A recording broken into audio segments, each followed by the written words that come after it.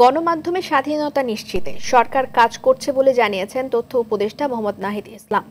তিনি সাংবাদিকদের জানান, এ সরকারের সময়ে সাগর রুনি হত্যার বিচার নিশ্চিত করা হবে।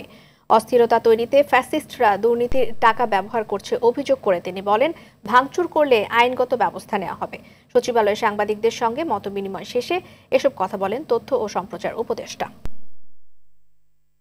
আমাদের নির্বাচন বেশ জমে উঠেছে। 30 তারিখে বিসমিল্লাহির রহমানির রহিম। আমরা একটা উন্মুক্ত স্পেস করে দিতে চাই। আমরা সেই স্বাধীনতার জায়গাটা করতে চাই। আপনারা কিভাবে গড়ে তুলবেন সাংবাদিকতা, এটা বাংলাদেশের সাংবাদিকদের ঠিক করতে হবে। এই গণমাধ্যম সংস্কার কমিশন স্বাধীনভাবেই কাজ করবে। সাগররণী মামলা নিয়েও আমরা অবশ্যই চাবো যে আমাদের সরকারের সময়ই এইটার বিচার আমরা দেখে যেতে পারবো, এই প্রত্যাশা আমরা করছি।